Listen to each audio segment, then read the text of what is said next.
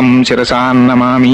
ఆపదామపహర్తారం దాతారం సర్వసంపదాం లోకామం శ్రీరామం భూయో భూయో నమామ్యహం. మాణిక్య వీణాం ఉపలాలయంతీం మదాలసాం మంజులవగ్విలాసాం మహేంద్ర నీలద్యుతి కోమలాంగీం మాతంగ కన్యాం మనసా స్మరామి. హే స్వామినాథ కరుణాకర దీనబంధో శ్రీ పార్వతీశ ముఖ పంకజ పద్మబంధో శ్రీశాదిదేవగణ పూజిత పాదపద్మావల్లీశనాథ మమ దేహి కరావలంబం. హరి ఓం.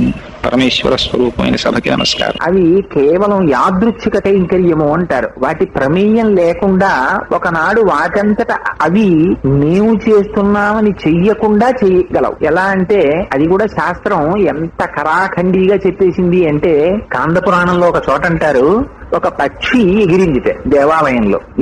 ఎగిరినప్పుడు పక్షి యొక్క రెక్కల కదలిక చేత అక్కడ ఉన్నటువంటి కొంత ధూళి విసిరివేయబడింది. అందుకని గుడిని తుడిచినటువంటి పుణ్యం ఆ పక్షి యొక్క ఖాతాలో వేశారు. ఇది ఎందువల్ల జరిగింది అంటే, పక్షి అనుకోకుండా అటుగా రావడం వల్ల.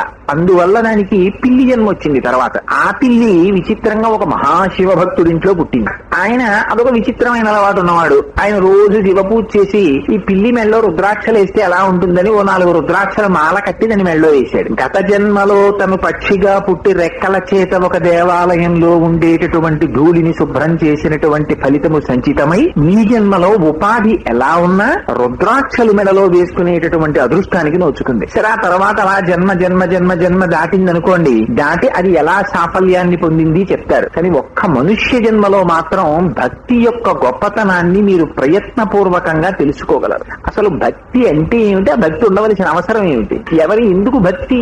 భక్తి అంటే దేని గురించి మాట్లాడతాం? మిగిలినవి స్నేహం. భక్తి ఒక్క పరమేశ్వరుడికి సంబంధించినదే భక్తి. భక్తి అని దేన్ని పిలుస్తారంటే, ఎవరి పడితే వాళ్ళని పట్టుకుని వీరంటే నాకు చాలా భక్తి అండి అని అనకూడదు. భక్తి అంటే ఎవరి పట్ల మాట్లాడాలంటే, ఏ వస్తువు పట్ల మీరు తెలిసి కాని తెలియక కాని ప్రేమపూర్వకంగా ప్రయత్నించడం చేత అది మీ జీవితాన్ని ఉద్ధరించడానికి మాత్రమే ఉపయోగపడుతుందో దానికి మాత్రమే భక్తి అని పేరు. అలా ఉద్ధరించగలిగిన వాడెవరో వారికి మాత్రమే స్వామి అని పేరు. అందుకే ప్రపంచంలో ఇద్దరికే స్వామి అని పిలుస్తారు. ఒకటి పరమేశ్వరుణ్ణి పిలుస్తారు స్వామి అని, 2 సన్యాసిని పిలుస్తారు. పీఠాధిపతుల్ని వాళ్ళని స్వామివారు వస్తున్నారు అంటారు. అంటే వారితో ఏర్పడేటటువంటి పరిచయం చేత వారు ఏం కోరకూడదు, అది నియమం. ఏదో దొరగారితో పరిచయం అయిందనుకోండి, దొరగారి దగ్గర ఏమైనా కోరుకుందాం అని వారికి అపోహ కలిగితే వాడు పైకి స్వామి కానీ లోపల స్వామిత్వం లేదు, లేకపోతే ఆ కోరిక పుట్టకూడదు. ఒక్క భగవంతుడికి లక్షణం ఉంటుంది. భగవానుడు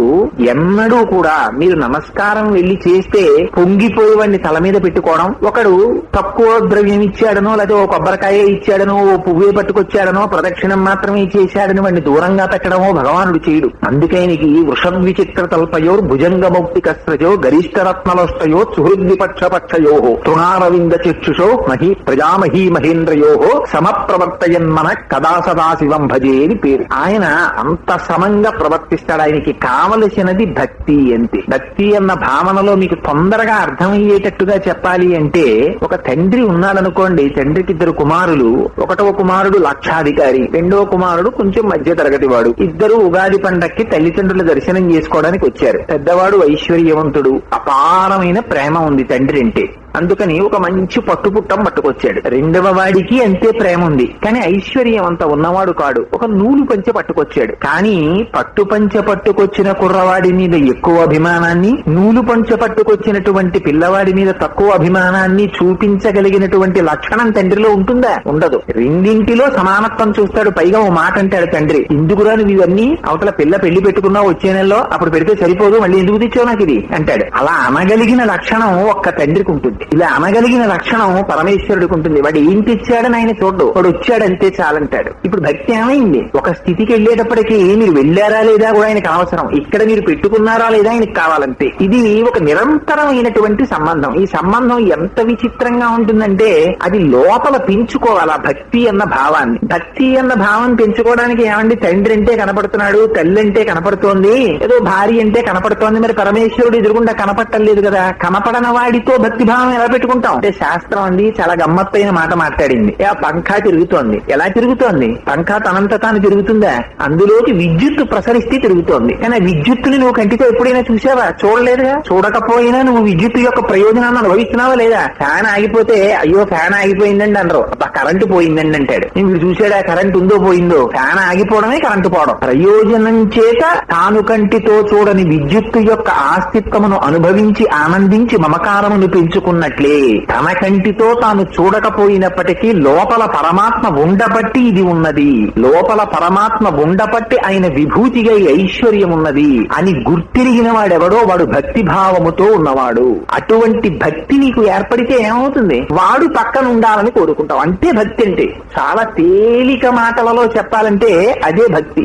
పిల్లవాడు పరిగెత్తుకుంటూ ఇంటికి వస్తాడు. పరిగెత్తుకుంటూ ఇంటికి వస్తే అమ్మ అక్కడ టేబుల్ మీద అన్ని పెట్టింది. పెట్టి ఇంట్లో అమ్మమ్మ గారు ఉన్నారు. అదిగోరా టేబుల్ మీద మీ అమ్మ అన్ని పెట్టేసింది తినంటుంది. అంటే వాడు ఏడుపు మొదలెడతాడు. ఎందుకురా ఏడుపు? మీ అమ్మ అన్ని పెట్టింది కదా అంటే వాడికి అన్నం కాదు కావాల్సింది, అమ్మ కావాలి. మా అమ్మ ఏది, మా అమ్మ ఏదని ఏడుపు మొదలెడతాడు. మీ అమ్మ ఏదో బజార్ వెళ్ళింది రా వస్తుంది, ఏం మీ అమ్మని ఎత్తుకుపోతారా దొంగలు ఎవరైనా? తిను అంటే వాడు తినడు. వాడికి అమ్మ కావాలి, మా అమ్మ కావాలి, మా అమ్మ కావాలని ఏడుపు మొదలెడతాడు. ఆఖరికి అమ్మ వస్తుంది ఎక్కడి నుంచో.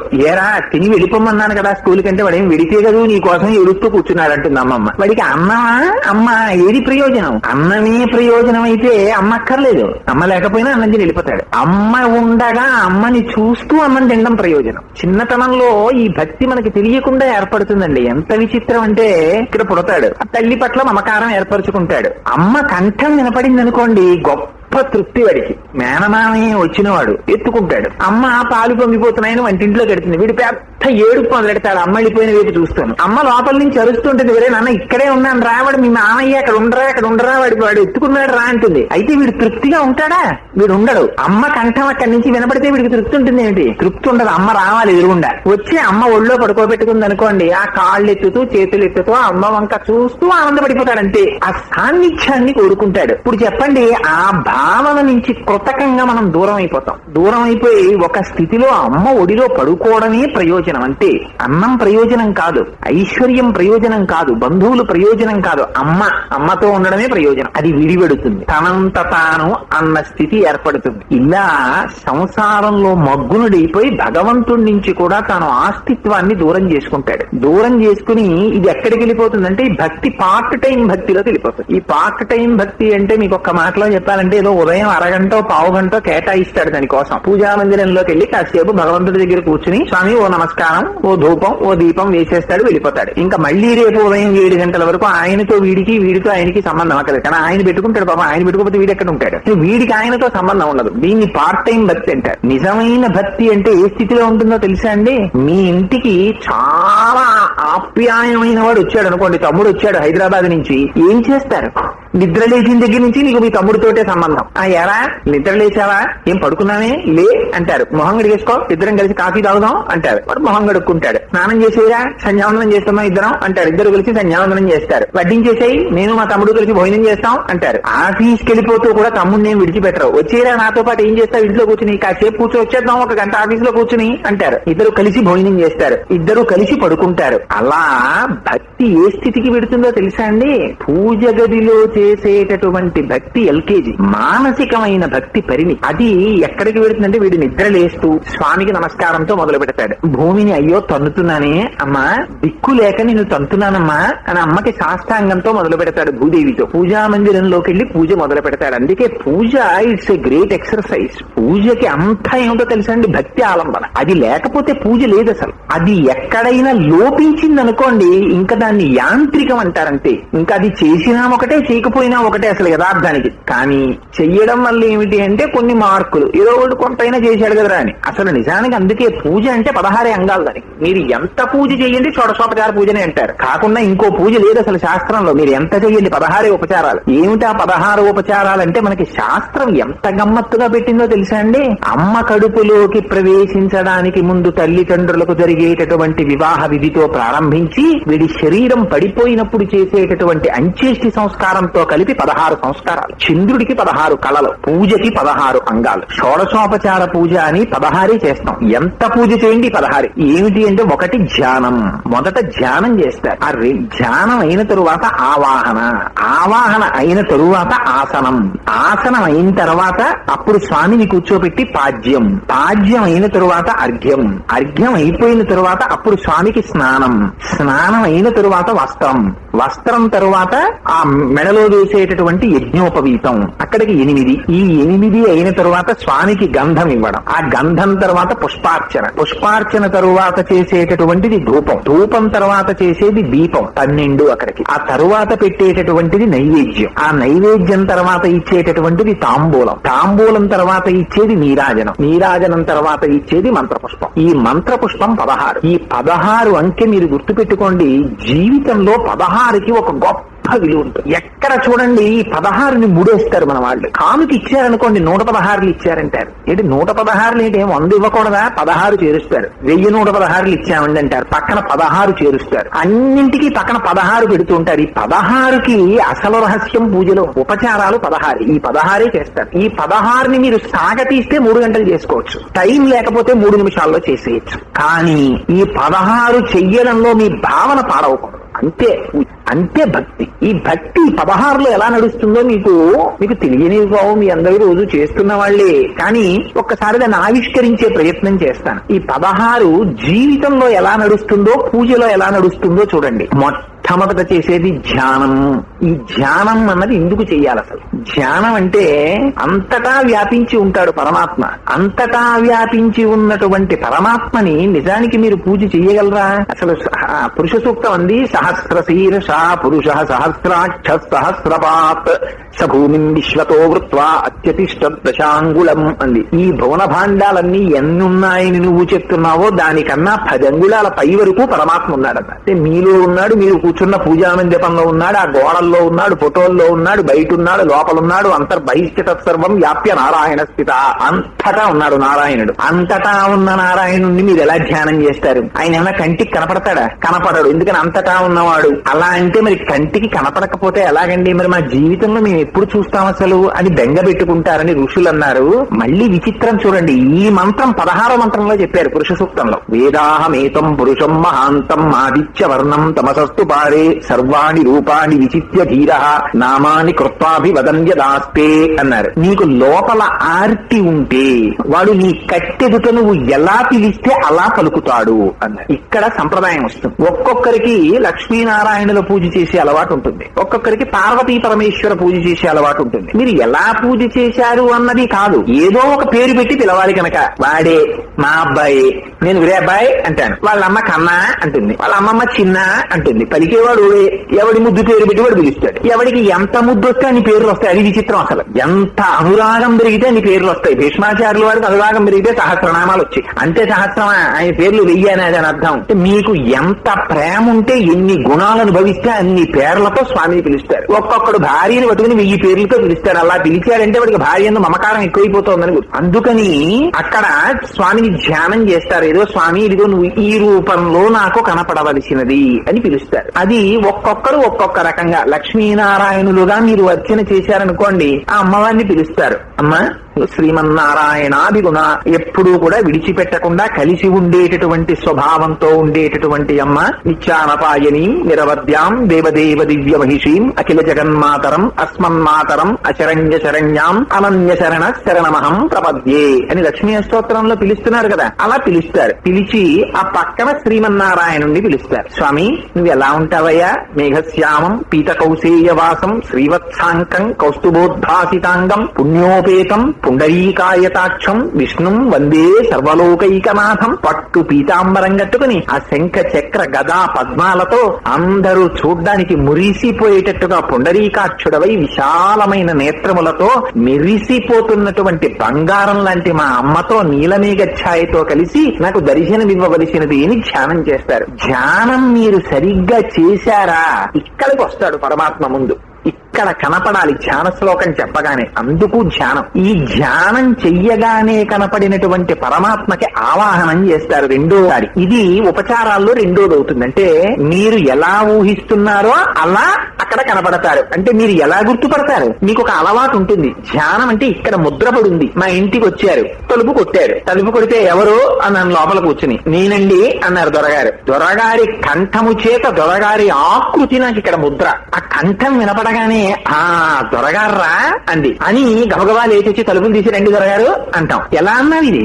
ఇక్కడుంది ముద్ర. ఆ కంఠాన్ని బట్టి నువ్వు దొరగారి యొక్క మూర్తిని ఇక్కడ దర్శనం చేస్తావు. లేకపోతే బయట ఉన్న మూర్తి నీకు ఇక్కడ ఎలా కనపడతారు? ఆ ధ్యానం చేత ఆ స్వామి వచ్చారు, నేను పిలిస్తే వాడు రాకుండా ఉంటాడా? ఇది పూలికే, వాడు వచ్చాడు అని ఆవాహనం చేస్తారు. స్వామి రండి అని. వెంటనే వచ్చిన వారికి మీ ఎందుకు ప్రీతి ఉంటే మీరు ఏం చేస్తారు? మీకు ప్రీతి లేదనుకోండి, తలుపు కొద్దిగా తీసి ముఖం ఒక్కటి కొంగలా బయట పెట్టి కొంచెం సేపు ఆగిరండిని మాట్లాడి తలుపు వేసేస్తారు. మీకు ప్రీతి ఉంది అని గుర్తేమిటి? రండి రండి అని తలుపు తీస్తారు. అందుకని స్వామికి ధ్యానం చేశారు కనుక ఆవాహన చేస్తారు. స్వామి రండి మా ఇంట్లోకి అని. ఎక్కడికి పిలుస్తారు? పూజా మందిరంలోకి పిలవాలి. పిలిచి మూడవ ఉపచారం ఏం చేస్తారు? స్వామి కూర్చోండి అంటారు. మీ ఇంటికి వచ్చినటువంటి అతిథి పట్ల మీకు ప్రీతి ఉంటే ఆసనం సమర్పిస్తారు. అందుకని ఆసనం సమర్పయామి. మీరు ఆయనకి ఆసనం ఏమి ఇస్తారు? అందుకని శాస్త్రం ఏం చేసిందంటే జ్ఞానంతో పూజ కనుక అన్నింటికీ పుష్పాన్ని చెప్పేయండి. నిజంగా రోజు సింహాసనం తయారు చేయించి ఇంటికి పట్టుకొచ్చా సింహాసనం అక్కడ వేస్తుంటావా? ఎక్కడ వేస్తాం? అందుకని రోజు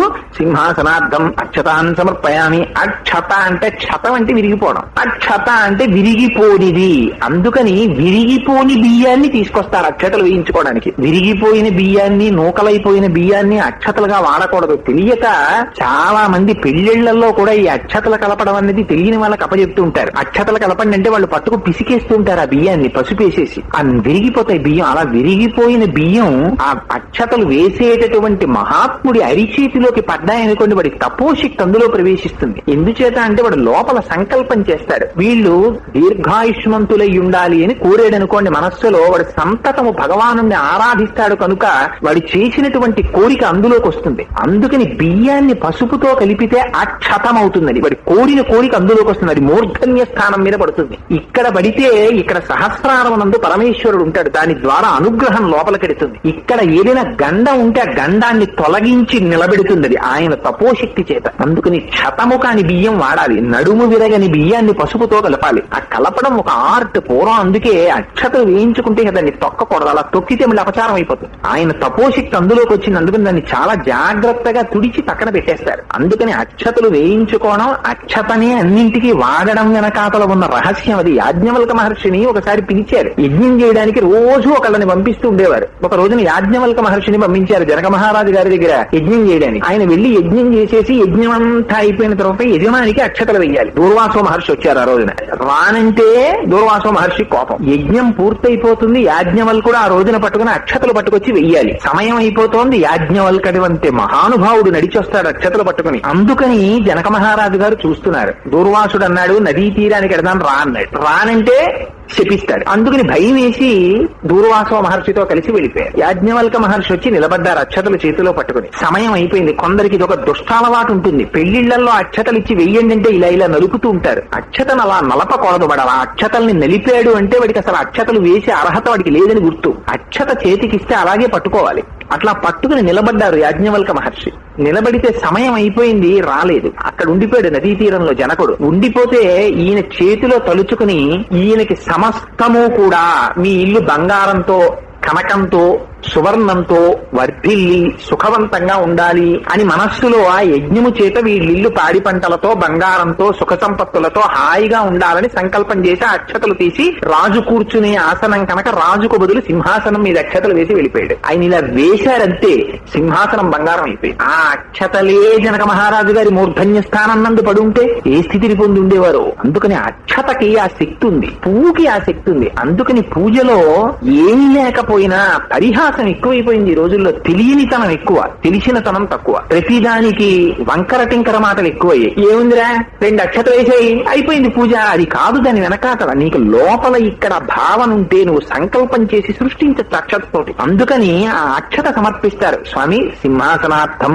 అక్షతాం సమర్పయామి అని నువ్వు భక్తితో ఇస్తే నిజంగా అక్కడ కనక సింహాసనం ఏర్పడుతుంది. ఆ సింహాసనం మీద కూర్చుంటారు లక్ష్మీనారాయణులు వచ్చి. కూర్చున్న తరువాత నీకు భక్తి ఉంటే ఏం చెయ్యాలి? అందుకే పూజ చేసేటప్పుడు మాట్లాడితే 6వ వంతు పుణ్యం ఎవరితో మాట్లాడారో వారికి వెళ్ళిపోతుంది. అందుకే పూజ చేస్తున్నారండి అంటే మాట్లాడరు. నేను చెప్తున్నవి మీకు ఏమిటో వీడిని మాట్లాడమన్నాం కదా అని ఇవన్నీ చెప్పేస్తున్నాను, నిజమో అబద్ధమో అనుకోకండి. ఇవన్నీ వేదాంతర్గతమైన ఆచారకాండలోంచి చెప్తున్నాను నేను. ఇవన్నీ అబద్ధాలు కావు. మీరు ఎప్పుడన్నా కావాలంటే మా ఇంటికి వస్తే పుస్తకాల్లో చూపిస్తాను. అందుకని పూజ చేసేటప్పుడు అనవసరంగా మాట్లాడకూడదు, అనవసరంగా మాట్లాడించకూడదు. గుర్తొచ్చినవన్నీ వీళ్ళ దగ్గరికి వచ్చి ఏమన్నా మళ్ళీ చెప్పడం మర్చిపోతానని పూజ చేస్తుంటే చెప్పడం, పూజ చేస్తూ మాట్లాడడం అలా చేయకూడదు. 6వ వంతు వెళ్ళిపోతుంది. ఎందుకంటే డిస్టార్ట్ అయిపోయింది ఆ నెక్స్ట్ స్టెప్. అందుకని వాడు ఆ అక్షత సమర్పిస్తే ఆ సింహాసనంలోకి వచ్చి స్వామి కూర్చుంటారు అమ్మవారితో. మీకు ప్రీతి ఉందనుకోండి, మీరు ఏం చేస్తారు? ఇంటికి ఎవరైనా వస్తే అయ్యో పాపం ఎండబడి వచ్చారు రండి కాళ్ళు కడుక్కోండి అంటారు. ఒక్కొక్కరి ఇంటికి వెళ్ళారనుకో, మన సాంప్రదాయం నశించిపోవడానికి కారణం ఏమిటో తెలుసా అండి? ఇవాళ మీరు ఎంత ఎండబడి ఎవడింటికి వెళ్ళండి కాఫీ తాగుతారా అని అడుగుతారు. అది మన సంప్రదాయం కాదు అసలు. కాళ్ళు కడుక్కుంటారా మన సంప్రదాయం. ఎందుకంటే వాడు వచ్చిన వాడు గొప్పవాడైతే వాడి యొక్క శక్తి అంతా వాడి పాదాల్లో ఉంటుంది. అందుకే వాడి తలకాయకి నమస్కారం పెట్టరు. ఉపన్యాసం చెప్పడానికి కావలసిన మేధాశక్తి శిరస్సులో ఉంటుంది. కానీ ఉపన్యాసం అయిపోయి దిగిపోయిన తర్వాత అపలాచార్య స్వామి వారు వచ్చారని ఆయన తలకాయకి దండాలు ఎట్టరు, ఆయన పాదాలకి దండాలు ఎడతారు. మాట్లాడింది శిరస్సు అయితే పాదానికి దండం ఏంటి అంటే సమస్త నాడీ మండలం యొక్క శక్తి పాదాల్లో ఉంటుంది. గమనం కూడా పాదం మీద ఆధారపడుతుంది. అందుకని ఆ పాదాలకంత శక్తి ఉంటుంది. అందుకని పాదాలు కడుక్కొమ్మని ఇచ్చినటువంటి నీటికి అంత శక్తి ఉంటుంది. కానీ ఇంటికి వచ్చిన వాడు మహాత్ముడు అనుకోండి, మీరు మా పెరట్లోకి వెళ్ళి కాళ్ళు కడుక్కోండి అనరు. వాడు రావడమే పుణ్యమని పళ్ళెం తెచ్చి వాడి పాదాల కింద పెట్టి కాళ్ళు కడుగుతారు. కడిగి వాడి తపోశక్తి ఆ పాదాల్లో ఉంటుంది. అందుకని ఆ నీళ్లు తీసి చల్లుకున్నారు. ఇది మనకి చేత కాదని వెంకటేశ్వర స్వామి వారు మొదట చేసి చూపించారు. కలియుగంలో మొట్టమొదట చేయవలసింది ఏమిటో భృగు మహర్షి వెళ్ళి వెంకటేశ్వర శ్రీ మహావిష్ణువు యొక్క వక్షస్థలం మీద అన్నారు. కంటే అయ్యో స్వామి మీరు వచ్చారా మా ఇంటికి గబగబా పళ్ళెం పెట్టి కాళ్ళు కడిగినట్టుగా కడిగి అడుగున్నటువంటి నేత్రాన్ని నొక్కేశారు. సరే అది అవతార ప్రయోజనం అనుకోండి. అందుకని కాళ్ళు కడుగుతారు. కడిగితే ఇంటికి వచ్చిన వాళ్ళ పట్ల మీరు అపారమైన ప్రీతిని ఆవిష్కరించినట్టు. అందుకని తాదయోహ పాద్యం సమర్పయామి, తాదయోహ పాద్యం సమర్పయామి అన్నది రిచువలిస్టిక్ గా ఇవాళ పూజలో నేనంటే విమర్శ చేశాను అని మీరు మరోలా అనుకోకండి. ఇవాళ ఎంత దారుణంగా తయారైపోయింది అంటే పూజ తాదయోహ పాద్యం సమర్పయామి అన్నప్పుడు ఇలా నీళ్లు తీసి కూడా సమర్పించడం అన్నది పోయింది. సాదయోహ పాద్యం సమర్పయామి అంటూ ఉంటాడు. ఏమిటో నీళ్లు తీస్తుంటారు, విసిరవతల పారేస్తూ ఉంటారు, చల్లేస్తూ ఉంటారు. అయినా వాడు ఇంకా ఐశ్వర్యం ఇస్తున్నాడంటే వాడి కృప. అందుకని నిజంగా అసలు శంకరాచార్యులు వారు సౌందర్య లహరిలో చెప్పారు ఈ రహస్యాన్ని. పాదయోహ పాద్యం సమర్పయామి అన్నప్పుడు ఎలా చెయ్యాలని చెప్పారో తెలుసా అండి శంకరులు? అందులో అంటారు సదా కాళే మాత కదయ కలిత లక్తకరసం పిబేయం విద్యార్థి తవ చరణ నిర్ణేజన జలం అని ప్రకృత్యా మూకానాం అపిచ కవిత కారణతయా అని అందులో ఆ సౌందర్యలహరి ఆ శ్లోకంలో అంటారు. కథా దత్తే వాణి ముఖ కమల తాంబూల వసతాం అంటారు. అమ్మవారుట తన పాదాలకి దీప్తి కోసమని అందం కోసమని లత్తుక రాసుకుంటుంది. పచ్చటి పసుపు రాసి ఎర్రటి లత్తుక రాస్తారు. రాసినటువంటి ఆ పారాణితో కూడినటువంటి పాదాల కింద మీరు పళ్ళెం పెట్టి ఆ పైనుంచి నీళ్లు పోసి మీ 2 చేతులతోటి అమ్మవారి పాదాలు అయ్యవారి పాదాలు కడిగారనుకోండి, ఆ నీటికి ఎరుగుతనం వస్తుంది కదా. లత్తుకతో కూడిన పాదాలు కడిగితే నీళ్లు ఏమవుతాయి? ఎర్రగా అవుతాయి. ఈ ఎర్రటి నీళ్లు శంకరాచార్యుల వారంతటి వారన్నారు పిబేయం విద్యార్థి తవచరణ నిర్ణేజన జలం అన్నారు. అమ్మా నా జీవితంలో ఎప్పుడు తాగుతానమ్మా నీళ్ళు? అసలు నీ బతికుండగా తాగుతానా? నాకు ఆ కోరిక తీరుతుందా?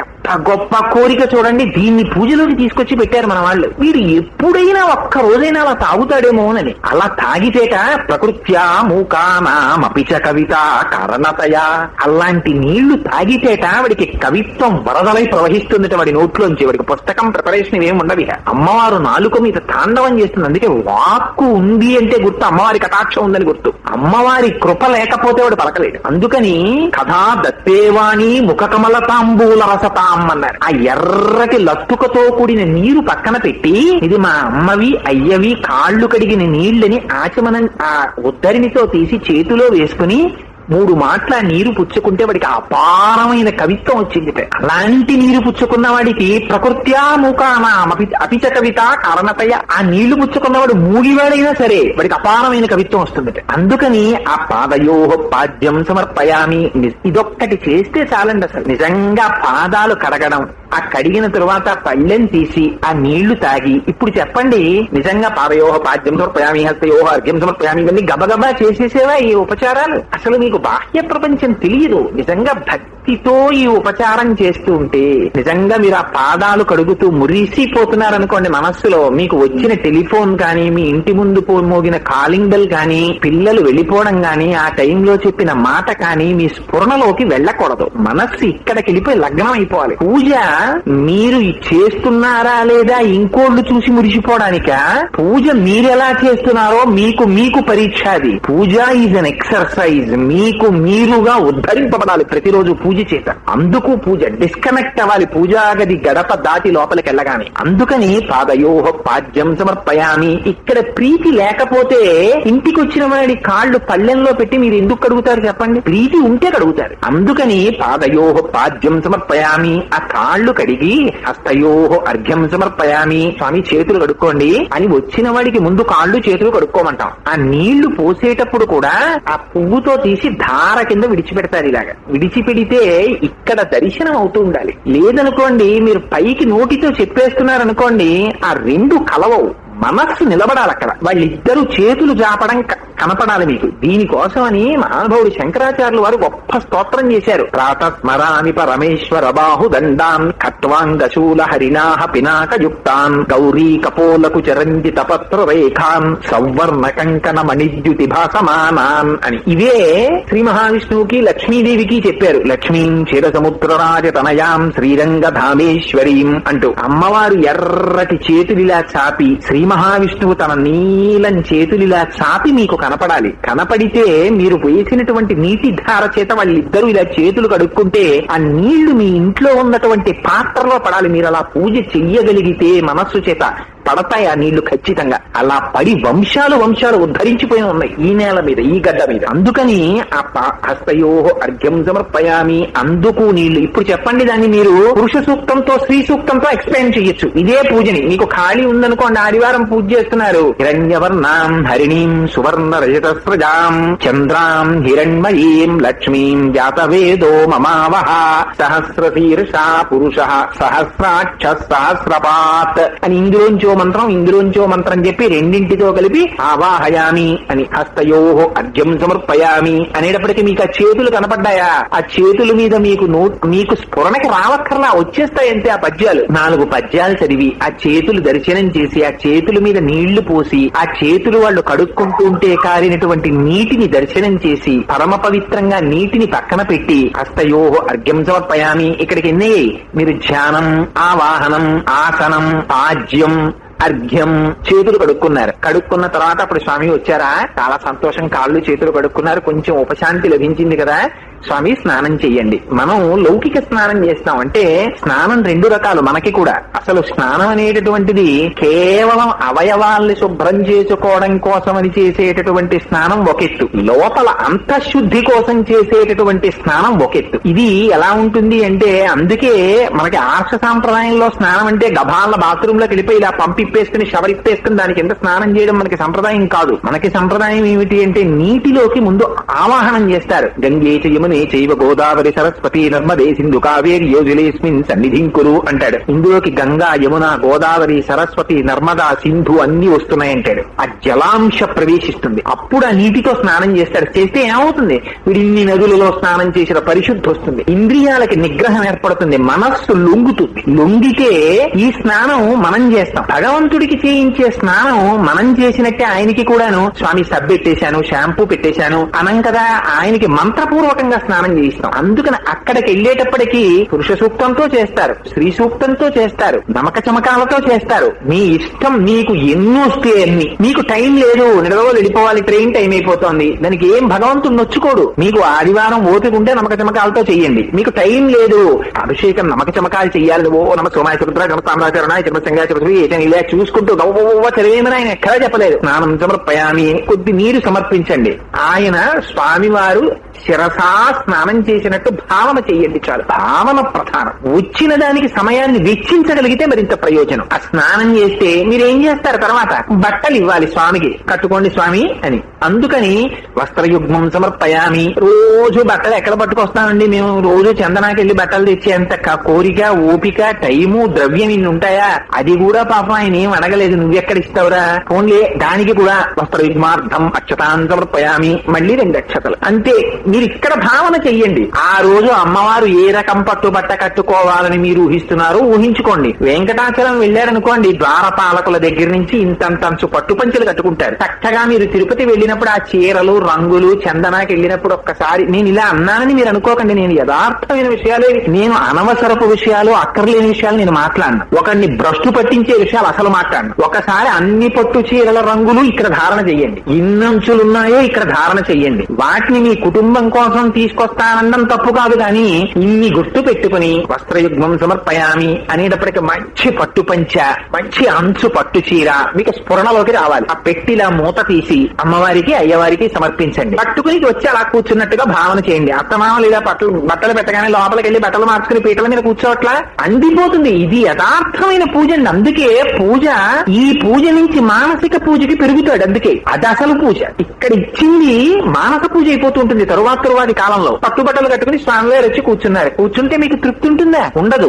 అందుకని మీరు ఏం చేస్తారు? స్వామి కొద్దిగా మీ చేతులు చాపండి అని యజ్ఞోపవీతం వేస్తారు. ఆ మెడలో యజ్ఞోపవీతం వేసి యజ్ఞోపవీతార్థం అక్షతాన్ సమర్పయామి. పాపం ఆయన ఏమీ అడగలేదు, నిజంగా రోజు యజ్ఞోపవీతం పట్టరారా అని కూడా ఆయన అనలేదు. దానికి 2 అక్షతలే. ఇక్కడ భావన చేయమన్నారు అంతే. ఓపిక ఉంటే మాత్రం చెయ్యొచ్చు. ఒక ఆదివారం నేను చక్కగా పూజ చేసుకుందాం, 1 గంట కూర్చుందాం అని మీరు నిర్ణయం తీసుకున్నారనుకోండి, ఆ రోజు టైం ఫోన్లకి వాటికి ఇవ్వకండి. ఒకవేళ వచ్చిన నెంబర్ నోట్ చేసుకోమని పిల్లాడికి చెప్పండి. అర్జెంట్ అయితే అతిథి దేవోభవ, ఆ స్వామి ఇలా మాట్లాడుతున్నాడు అనుకుని మాట్లాడేసి మళ్ళీ కుడి చెవి మీరు చేసుకోండి, లేకపోతే ఆచమనం చేసి పూజ చేసుకోండి. అందుకని ఆ స్వామికి వస్త్రయుగ్మం ఇస్తారు. ఆ వస్త్రాలు ధరించాడా, ధరించి కూర్చున్నాడా స్వామి? ఇదండి ఈ సేవ చేయడానికి 12,500 రూపాయల టికెట్ తిరుమలలో. ఏమిటి? స్వామికి వస్త్రాలంకార సేవని. ఈ టికెట్ కడితే స్వామి వారికి ఒక పెద్ద పట్టుబట్ట కడతారు. ఆ పట్టుబట్ట ఇస్తారు. ఇది ఇప్పుడు కడితే 10 ఏళ్ల తర్వాత వస్తుంది ఆ టికెట్ తిరుమలలో. ఆ టికెట్ దొరికినటువంటి వాళ్ళకి శుక్రవారం నాడు వెండిపళ్ళెంలో పట్టుపంచ పెట్టి ఇస్తారు. దాన్ని తల మీద పెట్టుకుని మేళతాళాలతో ధ్వజస్తంభానికి ప్రదక్షిణం చేసి లోపలికి పట్టుకెళ్లి ఆ పట్టుపంచి ఇస్తే వెంకటేశ్వర స్వామి వారు ఆ రోజున కట్టుకుంటారు తిరుమలలో. ఇక్కడ మన వెంకటనగర్ వెంకటేశ్వర స్వామి వారి గుళ్ళో ఇవ్వాలి ఇస్తే మహానుభావుడు లక్ష్మణాచార్యులు వారు ఉత్తర క్షణం కట్టేస్తారు. సత్యనారాయణ మూర్తి గారికి ఇస్తే శివాలయంలో వెంటనే కట్టేస్తారు. ఎక్కడిచ్చినా మనస్సు ప్రధానం, తప్పేం లేదు. అదే మీరు ఇక్కడ చెయ్యాలనుకోండి, అక్కడ కూడా వెళ్ళక్కర్లా. ఇలా మీరు మనస్సులో సంకల్పం చేస్తే చాలు, ఇక్కడ పుడతాయి. పుట్టగానే ఇచ్చారనుకోండి, కట్టుకుని మీకు కనబడతాను ఆయన. వెంటనే చక్కగా కట్టుకుని సింహాసనం మీద కూర్చుంటాడు. యజ్ఞోపవీతం వేస్తారు. గంధం సమర్పయామి. స్వామి ఇది ఆ 2 చేతులు చాపు, గంధం సమర్పిస్తాను అంటే ఉంగరాల వేళ్లతో 2 చేతులు చాపుతాడు. ఆ చేతులకి పాదాలకి గంధం సమర్పించారనుకోండి, ఆ పాదాల మీద అక్షతలు సమర్పించి ఇంకా ఇక్కడ నుంచి పూజ ఏం చేశారో తెలుసా అండి? మీకు ఓపిక ఉండాలి కానీ, మీకు మనస్సు ఉండాలి కానీ, మిమ్మల్ని పెంచడం కోసమని ఇక్కడి నుంచి డెవలప్ చేశారు. ఇక్కడ నుంచి ఆ గంధం ఇచ్చిన తరువాత పుష్పార్చన చేయమన్నారు. ఈ పుష్పార్చన దగ్గరికి వచ్చేటప్పటికి మీకు మనసు ఉండాలి, సమయం ఉండాలి. మీకు ఆదివారం ఇవాళ నేను 2 గంటలు. అందుకే కర్మలు కూడా 2 నిత్య నైమిత్తిక కర్మలు. ఒకటి టైం లేదని ఎగ్గొట్టడానికి వీల్లేదు, సంధ్యావందనం చేసి తీరాలి. నైమిత్తిక కర్మలు అంటే ఇలాంటి పర్వదినాల్లో చేసేవి. అవి మీరు టైం సృష్టించుకోవాలి. ఒక 2 గంటలు ఆదివారం నాడు తప్పకుండా నేను పూజ చేసి తీరుతాను అని ఒక సంకల్పం చేసుకుని ఉండాలి. ఆ 2 గంటలు ఇంకా ఎట్టి పరిస్థితుల్లోనూ ఇతర ప్రయోజనానికి వాడకూడదు. ఇక్కడికి వచ్చేటప్పటికి ఏం చేస్తారంటే, ఈ పుష్పార్చన దగ్గరికి వెళ్ళేటప్పటికి అధాంగ పూజ చేస్తారు. పాదాల దగ్గర మొదలుపెట్టి శిరస్సు వరకు వెడుతుంది పూజ. దీనికి సాధారణంగా ఏం చేస్తారంటే, పుస్తకం ఒకటి దగ్గర పెట్టుకుని ఓం ప్రకృతి నమః పాదవ పూజయామి, ఓం వికృతి నమః ఏదో జామిని పూజయామి అని పుస్తకంలో చూసి ఈ పువ్వులు తీసి ఇలా వేసేస్తుంటారు. అందుకే పెద్దలు ఏం చెప్తారంటే, అది తప్పు కాదు, కానీ కనీసం కొన్ని నామాలు ధారణ చెయ్యి అని చెప్తారు. ఎందుకు ఆ మాట చెప్తారంటే మొదట్లో పుస్తకం ఉండొచ్చు, కానీ రాను రాను రాను రాను మీరు పూజ చేసేటప్పుడు విగ్రహం మీద పుష్పాలు వేస్తున్నానని కాదు, మీకు ఆ అథాంగ పూజ వచ్చేయాలి. నోటికి వస్తే అక్కడ కాదు వేసేది, ఇక్కడ పడుతూ ఉండాలి ఆ పువ్వు. ఇక్కడ తీసి ఓం నిధనపతయే నమః పాదౌ పూజయామి, ఓం నిధనపతాంతికాయ నమః జానుని పూజయామి అంటున్నారు అనుకోండి. పాదాల దగ్గర మొదలుపెట్టి పాదాల తర్వాత స్వామివారికి సంబంధించినటువంటి ఈ గుత్తి దాటిన తరువాత ఆ పిక్కల తర్వాత మోకాళ్ళ తర్వాత తొడల తర్వాత నడుం తర్వాత నాభి తర్వాత కడుపు తర్వాత వక్షస్థలం, కంఠం తర్వాత నాసిక, పెదవులు, నేత్రాలు ఇవన్నీ మీకు అథాంగ పూజలో ఉంటాయి. నేత్రే పూజయామి అని ఆ నేత్రాల మీద వేస్తారు, లలాటం పూజయామి అని లలాటం మీద వేస్తారు, ఆ తర్వాత శిరపూజయామి అని శిరస్సు మీద వేస్తారు. 108 నామాలతోటి పూర్తి చేసేసిన తరువాత పూర్తయిపోతుంది. లేదు తర్వాత సహస్రం చెయ్యొచ్చు. ఎప్పుడు విసుగుతో చేయడానికి కాదు, చెయ్యకుండా ఉండలేకపోతున్నానని చేసుకుంటే. దీనికి ఇన్ని పువ్వులు దేవాలని నియమం లేదు, అది విచిత్రం. శంకరాచార్యులు వారు ఇలాంటి వాటి పట్ల అసహ్యం వేసి నిందించారు శివానంద లహరిలో. గభీరే కాసారే విశితి విజనే ఘోర విపినే విశాలే శైలే చ భ్రమతి కుసుమార్థం జనమతి సమర్పే చేత సరసిజ ముమానాధభవతే సుఖేనా వస్తాతుం జనయిహ నజానాతి కిమహో అంటారు. ఎవడరా నిన్ను తిరగమన్నాడు? కాలవలు, చెట్లు, చేమలు, పుట్టలు, కొండలు పట్టుకు తిరగమన్నాడు ఆ పువ్వులు తేరా అంటే? మార్నింగ్ వాక్ అని పేరు, జేబులో ప్లాస్టిక్ కవరా? ఎక్కడ చూసినా వాళ్ళే ఇవాళ ఆ దొంగతనం. పూలన్నీ కోసి తీసుకొచ్చేస్తున్నాడు. ఇవన్నీ ఇళ్లలో పూజలు. ఏమిటి దిక్కుమాలిన సంస్కారం? ఇదే భగవంతుడు చెప్పింది? ఇవే ఈ పూజలంటే? అదే చేయమని చెప్పి ఎవరైనా పెద్దలు చెప్పింది? దాని గురించి కాదు. ఒక్క పువ్వు పట్టుకురా చాలు. నువ్వు తేవడం ఏమిటి? ఆ పువ్వు కూడా భగవంతుని ప్రసాదం, ఆయన కటాక్షం చేత పుట్టింది చెట్టుకి. అసలు రమణ మహర్షి పువ్వు కోయడాన్ని ఒప్పుకునేవారు కాదు. నువ్వు ఎందుకు కోసేసి తీసుకొచ్చి చేసేయకపోతే పూజ అవదా అనేవారు. అక్కడ ఉంటే దాన్ని అలా భగవంతుడి పాదాల మీద నువ్వు దర్శనం చేయలేవా అని అడిగేవారు. అందుకని అది ఆ స్థితికి ఎదగగలగాలి మనస్సు చేత. అలా దర్శనం చెయ్యడం వస్తే మనుష్య జన్మకి కృతార్థత. లేకపోతే పిపీలికాది పర్యంతంలో ఇన్ని ప్రాణులున్న ఏ ప్రాణి చెయ్యగలరు చెప్పండి ఇలాంటి పూజ? మీరు తప్ప ఒక్క మనుష్య జాతి చేయగలదు ఇలాంటి పూజ. అందుకని అథాంగ పూజ వచ్చింది. అంత అథాంగ పూజ చేస్తే అప్పుడు ధూపం. ఆ ధూపం వేసిన తరువాత దీపం. ఈ దీపం చూపించడం ఎందుకండి భగవంతుడికి? అసలు ఇదొక విచిత్రమైన ప్రకృతి. అసలు మనకి శాస్త్రంలో ఏమిటంటే, ఏదైనా మధ్యాహ్నం వాడు 10 గంటలకి మొదలు పెడతాడు. సత్యనారాయణ స్వామి వారి వ్రతం అండి అంటే ఆయనకి పాపం ఖాళీ అయిన తర్వాత ఏదో 4 ఇళ్లలో చేసి రావాలండి, మీ ఇంటికి 11ంటికి వస్తానంటాడు. సరే 11 గంటలకి రండి అంటారు. 11 గంటలకి సత్యనారాయణ స్వామి వారి వ్రతం మొదలు పెడితే మొట్టమొదటి దీపారాధన. ఏమిటి తక్కువైందని వెలుతురుని దీపారాధన? మీరు ఇప్పుడు ట్యూబ్లైట్, ఇప్పుడు ఇంటి నిండా లైట్లు వేసేసుకుంటారా? వేసుకోరు. పగటిపూట, రాత్రి అయితే వేసుకుంటారు. పగటిపూట లైట్లు ఆర్పేస్తారు. మనకి పూజలో ఏమిటి? ఇంత వెలుతురున్నా సరే ఓ దీపం ఒకటి వెలిగించుకోవడం. ఎందుకు ఆ దీపం? అసందర్భం కాదు. ఎందుకు దీపం? ఎందుకు? ఏం పగటిపూట దీపం ఎందుకు? దీపం లేకుండా పూజ చేయకూడదా? దీపం వెలిగిస్తారు ఎందుకండి అంటారు. అది కాదు, దాని వెనకాతల ఉన్న రహస్యం వేరు. దీపం ఎందుకు వెలిగిస్తారో తెలుసా అండి? అసలు రహస్యం, దీపాన్ని మనస్సు పట్టుకున్నంత తొందరగా మీకు దేన్ని పట్టుకోదు. మీరు కావాలంటే చూసుకోండి, పూజలో మీరు ఇలా దీపం వెలిగించి ఒక్క క్షణం దృష్టిని దాని ఎందు పెట్టి మీరు కళ్ళు ముయ్యండి, మళ్ళీ కళ్ళల్లో ఒక జ్యోతి వచ్చేస్తుంది. మీరు దీపాన్ని ఎలా చూశారో అలాగే దీపం కదులుతూ మీకు ఇక్కడ దర్శనం ఇస్తుంది. అందుకని దీపంతో మొదలు పెట్టి పూజ చేస్తే మీరు చూసినవన్నీ మీకు ఇక్కడ నిలబడ్డం మొదలవ్వాలి. అందుకని దీపంతో మొదలు కాదు. అసలు రహస్యం నిజానికి మంత్రం ఏం చెప్తారో తెలుసా అండి? దీపం వెలిగిస్తే నత్ర సూర్యో భాతి చంద్రతారకం నేమా విద్యుతో భాతి కుతో జమగ్ని తమేవ భాతమనుభాతి సర్వం తస్య భాషా సర్వమిదం విభాతి అంటారు. ఎక్కడ సూర్య చంద్రులు కూడా వెలగరో అక్కడ అటువంటి భగవానుడికి మేము ఆరాధన మొదలు పెట్టామంటారు. అక్కడ మరి దీపం ఏమిటి? ఇంత నూనెలో ఒత్తేసి అంటే అది శాస్త్రం. ఈ పూజ ఎందుకు చేస్తున్నాను? శాస్త్రాన్ని ఆధారం చేసుకుని నన్ను నేను ఉద్ధరించుకోవడానికి, ఎదగడానికి పూజ చేస్తున్నాను అని మొదలుపెట్టి అప్పుడు ఏం చేస్తారు? స్వామికి ధూపం ఇస్తారు, దీపం వేస్తారు. ఇవి వెయ్యడంలో అసలు రహస్యం లోపల అజ్ఞానం పోతుంటుంది. ఆ దీపం చూపించిన తరువాత అప్పుడు స్వామికి నైవేద్యం పెడతారు. ఈ నైవేద్యం పెట్టడం అనేటటువంటిది ఒక గొప్ప సంస్కృతి ఆర్ష సాంప్రదాయంలోనే ఉంది. మిగిలిన వాళ్ళకి ఎవ్వరికీ నైవేద్యం పెట్టడం అన్నది లేదు. మిగిలిన మతాల్లో మీరు చూడండి, వాళ్ళు నైవేద్యాలు పెట్టరు. ఒక్క మనమే నైవేద్యం పెడతాం. ఏదైనా తీసుకొచ్చారనుకోండి, ఏమండి ప్రసాదమా అని కళ్ళకద్దుకుని చెప్పులిప్పి నోట్లో వేసుకుంటాడు. అదే మా ఇంట్లో పులిహార ఉండానండి అని చెప్పి పట్టుకొచ్చారనుకోండి, దాన్ని ఏం కళ్ళకద్దుకు నోట్లో వేసుకోక్కర్లేదు, చెప్పులతోనే తినేస్తాడు దాన్ని. కానీ అన్నం తినడం అనేటటువంటిది మన జాతికి కేవలం అన్నం తినడంగా మనం తినడం. మిగిలినవి అన్నం తింటే, మిగిలినవి అన్నం తినడం అంటే ఆహారం తినడం. మిగిలినవి ఆహారం తింటే శౌచం పాటించవు. ఏదో ఆ పెంట కుప్ప పక్కన ఏమైనా తినడానికి ఉందేమో అనిపించింది అనుకోండి, పైనుంచి మీరు ఏమైనా ప్యాకెట్ విసిరేశారనుకోండి, ఆ చప్పుడు వినగానే కుక్క పరిగెత్తుకు వస్తుంది. వచ్చి ఇలా మూతితో ఇంకో ఆసన చూసి అందులో ఏమైనా తినేలా ఉంది అనుకుంటే తినేస్తుంది. కానీ మనిషి అలా తినడం. ఎందుకని? లోపల తింటున్నది తాను.